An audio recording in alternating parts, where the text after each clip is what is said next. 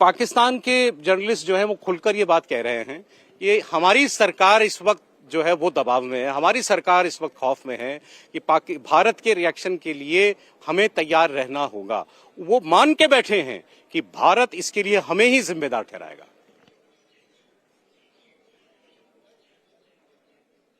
पाकिस्तान की तरफ से अभी तक गवर्नमेंट की तरफ से कोई ऐसा स्टेटमेंट नहीं गया जिससे कि अफसोस जताया गया हो कि दिल्ली में जो अटैक हुआ है उसके ऊपर यकीनन पाकिस्तान के प्राइम मिनिस्टर को, पाकिस्तान की स्टेट को फौरी तौर पर जो है ट्विटर के जरिए या किसी जरिए अफसोस का इजहार करना चाहिए था। और इस तरह के इंसिडेंट्स को, इस तरह के अटैक्स को जब तक आप ये नहीं जताएंगे कि आप उसमें शामिल नहीं है और आपको इस तरह की बातों में अफसोस है, तो यकीनन दूसरी तरफ एक गलत मैसेज ही जाएगा। बहरहाल मासूम लोगों की जाने गई हैं और पाकिस्तान को इसके ऊपर ऑफिशियली जो है वो जरूर मैसेज जो है देना चाहिए भारत को, और ये ताकि उनको लगे कि हम उनके साथ हैं और हम इन चीजों को रोकने में भी उनके साथ हैं। लेकिन बहरहाल अब देखते हैं कि भारत की तरफ से क्या स्टेटमेंट आती है।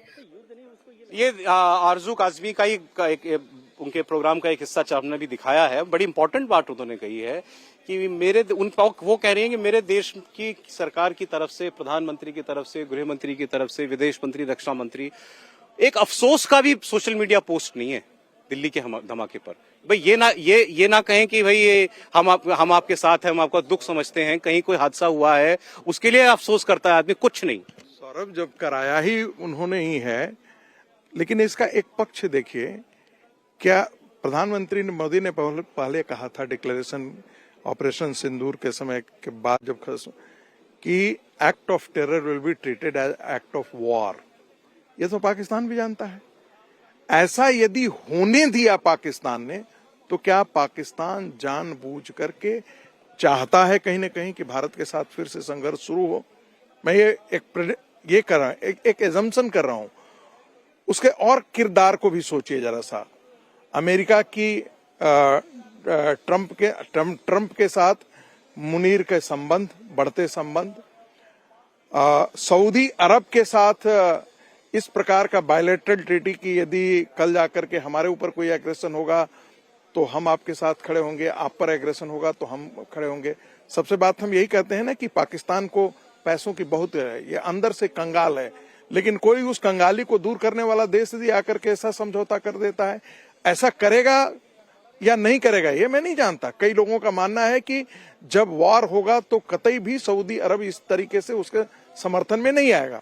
लेकिन हम इस बात को क्यों भूल रहे हैं कि बांग्लादेश के अंदर भी अमेरिकन डीप स्टेट काम कर रहा है, पाकिस्तान के अंदर भी अमेरिकन डीप स्टेट काम कर रहा है, और अब तो डीप स्टेट छोड़िए, सीधा सीधा वहां की सरकार काम कर रही है। ऐसी स्थिति में क्या जानबूझ करके पाकिस्तान ने ऐसा किया है और वो चाहता है कि इस प्रकार की चीजें हों? क्या चाइना वगैरह भी चाहते हैं कि भारत को फिर से उस ऑपरेशन सिंदूर में उलझाया जा सके? ये मेरे एक मन के एक फूड फॉर थॉट है। वैसे ठीक है ना, आप जो बात कह रहे हैं बिल्कुल ठीक है। ऐसे सोचिए भाई, हमने कह दिया अब हम पे हमला हुआ तो ये जंग मानी जाएगी, जंग होगी। तो उम्मीद क्या थी हमारी कि पाकिस्तान की, मान ले ISI जो भी सेना, जो भी इन लोगों को यूज करती है, आतंकवादियों को, जैसे मोहम्मद, मुहाफिज सईद, व्हाटएवर, तो वो इनको एक मैसेज करती कि भाई आप शांत रहना, कोई कार्रवाई तुम्हारी तरफ से नहीं होनी चाहिए। वो क्योंकि देखिए बड़ी खबर आ गई, हमें इसका अंदेशा ही था कि फरीदाबाद से एक बार फिर भारी मात्रा में विस्फोटक बरामद हुआ है। मतलब ये तीसरी बरामदगी होगी पिछले 3 दिनों के अंदर। एक बार फिर एक बरामदगी हुई है, इसमें फिर एक्सप्लोजिव जो है वो पकड़े गए हैं और फरीदाबाद से ही पकड़े गए हैं। पहले आपको मालूम है कि परसों 360 किलो अमोनियम नाइट्रेट जैसा पदार्थ मिला था फरीदाबाद में एक जगह से। फिर उसके बाद कल 1600 किलो और विस्फोटक बरामद हुआ। 1000 पुलिस वाले इस वक्त खंगाल रहे थे उस पूरे इलाके को। 2 गांव बताए जा रहे हैं उसके आसपास के एरिया को, और वहां से अभी हमें ये जानकारी मिल रही है कि एक बार फिर कुछ बरामदगी जो है वो हुई है। कुछ एक्सप्लोजिव जो है एक बार फिर से वहां से जो है वो बरामद हुआ है। ये बहुत बड़ी खबर है। अब आप सोचिए कितनी बड़ी तैयारी, प्लानिंग थी कि मतलब टनों में विस्फोटक जो हैं वो बरामद हो रहे हैं। 3 टन एक्सप्लोजिव बरामद होना मजाक नहीं है, और अभी भी और सिलसिला वो जो है वो जारी है। एक बार फिर फरीदाबाद में सेक्टर 26 में बताया जा रहा है कि ये बरामदगी हुई है। सेक्टर 26 में किराए के मकान से फिर और विस्फोटक बरामद हुए हैं। इस पर हमारे रिपोर्टर जुड़ेंगे, मैं उनसे पूछूंगा, लेकिन समीर जी का कमेंट। मुझे लगता है कि ये लोकल पुलिस की भी फेल्यूर है कि इतना बड़ा विस्फोटक अगर फरीदाबाद में आ रहा है, किसी घर में रखा जा रहा है, पुलिस को खबर नहीं इस बात की। हालांकि ये बात अब अच्छी है कि पुलिस ने बहुत तेजी से कार्रवाई करके एक और बड़ी खेप पकड़ में ले ली है, लेकिन मुझे लगता है कि अब तो पूरे फरीदाबाद में क्या, फरीदाबाद के आसपास, दिल्ली के आसपास जितनी जगह है वहाँ सघन जांच होना चाहिए कि सिर्फ फरीदाबाद में नहीं होगा, हो सकता है उन्होंने कहीं और सेंटर्स बनाए होंगे, कहीं और डिपो बनाए होंगे जहां उन्होंने विस्फोटक रखे होंगे। फरीदाबाद से जरूर मिला है, हो सकता है कहीं और रेड पड़े तो वहां से मिले। अब मुझे लगता है कि तमाम तरह की जांच एजेंसियों को सभी जगह इस तरह की रेड करके जांच करनी चाहिए कि कहाँ इस तरह का विस्फोटक रखा हुआ है। मुझे लगता है ये खतरे की घंटी है और सरकार को ज्यादा एक्टिव इस मामले में होना। पर सर अभी कंफर्मेशन और आ जाए, फिर इस पर आगे बात करते हैं। जो बात प्रोफेसर साहब कह रहे थे कि ये पाकिस्तान की सहमति से अभी भी वहां के आतंकवादी जो हैं उसी स्तर पर एक्टिव हैं जैसे वो पहले थे, पहलगाम के वक्त या उससे पहले, जो उनको उनके आकाओं की तरफ से, भाई मैं ये तो माना जा सकता है कि मसूद अजहर का परिवार खत्म हुआ तो वो तो बिलबिला रहा होगा कि मुझे बदला लेना है, हाफिज सईद करना चाह रहा होगा भारत के अंदर कोई गतिविधि, इनके ऊपर नकेल डालने का काम पाकिस्तान का था। इसीलिए हमने वो भी कहा, जो हमने अपनी पॉलिसी बदली कि हम डिफरेंशिएट नहीं करेंगे आतंकवाद में, आतंकवादियों में और उनके पीछे बैठे इनेबलर्स में, हैंडलर्स में। तो वो तो नहीं हुआ काम। पाकिस्तान ने इतने आतंकवादी संगठन को पनाह दी, इतने संगठन पाकिस्तान ने बना लिए कि अब कई संगठन तो पाकिस्तान के हाथ में नहीं है।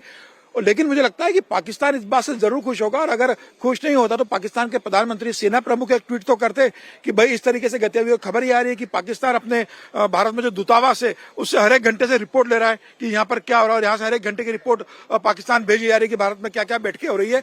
पाकिस्तान को इस बात का डर जरूर है। अब इतने ज्यादा आतंकवादी संगठन है, पाकिस्तान ने भारत के खिलाफ उनको पनाह दी है, उन्हें प्रशिक्षित किया, उन्हें हथियार दिए, उन्हें पैसा दिए, राशन पानी दिया है।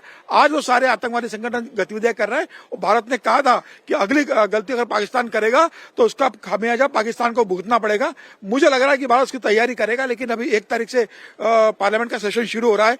मुझे लगता है कि अभी प्रधानमंत्री, गृह मंत्री पार्लियामेंट के सेशन में हो सकता है कि कुछ दिनों में एक ज्वाइंट सेशन बुला लें, या ये भी हो सकता है कि भाई सभी दलों को बुलाकर उनको ब्रीफिंग गृह मंत्री कर सकते हैं। सेशन 1 तारीख से शुरू हो रहा है। सेशन में सरकार इसका जवाब देगी, विपक्ष जरूर पूछेगा, सरकार भी जवाब देगी, लेकिन सरकार करेगी कार्रवाई, कब करेगी ये देखने वाली बात होगी। सरकार सेना को भी फ्री हैंड देगी, एजेंसीज को फ्री हैंड देगी, और मुझे लगता है कि साल के अंत में या नए साल की शुरुआत में पाकिस्तान पर एक बड़ी आतंकवादी हमला, जिस तरीके से गतिविधियां हो रही है, आतंकवादी हमले का जवाब दिया जाए। आतंकवादी जो हमला हुआ उसका जवाब भारतीय सेना देगी, मुझे निश्चित रूप से लग रहा है। मैं ये कह रहा था कि ये हमने कह रखा है ना कि टेररिस्ट और टेररिस्ट के बैकर्स और उनके आकाओं में हम अंतर नहीं करेंगे, हमारे लिए सब बराबर है।